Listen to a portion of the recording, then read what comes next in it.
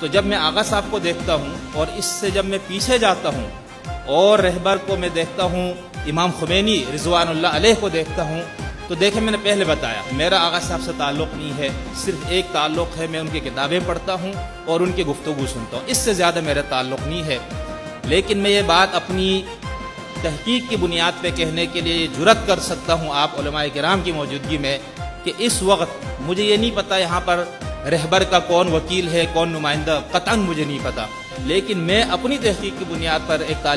طالب علمانہ تحقیق کی بنیاد پہ یہ بات کہہ سکتا ہوں کہ اگر فکر خمینی کا اس وقت پاکستان کی سرزمین اور ہندوستان کی سرزمین پر اگر کوئی حقیقی علم بردار ہے، حقیقی، تو وہ آغا صاحب ہے۔ یہ میں دیانتداری کے ساتھ یہ بات کر رہا ہوں، کوئی کسی کے ساتھ میرا نہ محبت کا تعلق ہے نہ نفرت کا، یہ میں اپنی تحقیق پیش کر رہا ہوں۔ کیوں؟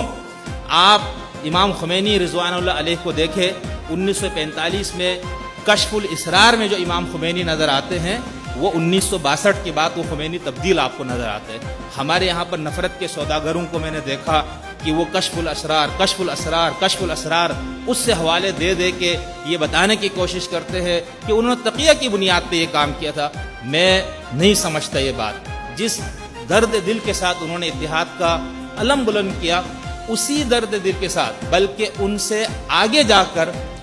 آغا صاحب یہ کام کر رہے ہیں، تو ہم ان کے مشکور ہے کہ اس نفرت کے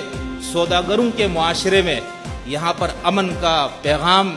محبت کا پیغام اور وحدت کا پیغام لے کر اٹھے، اور آغا صاحب کی اس پہلو کو دیکھے۔ اس مرتبہ جو موضوع رکھا ہے وحدت امت میں اصحاب رسول اللہ کا کردار،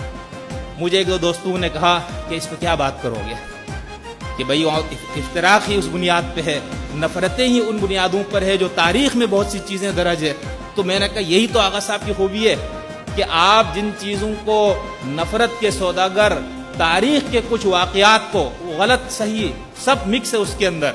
ان بنیادوں پر امت کے اندر خون کی ندیاں بہانے والے نفرت کے سوداگروں کے بیچ میں امن اور رواداری اور اتحاد کا یہ پیغمبر اگر اس موضوع پہ اپنے ادارے میں گفتگو کرا رہے تو آپ سوچئے۔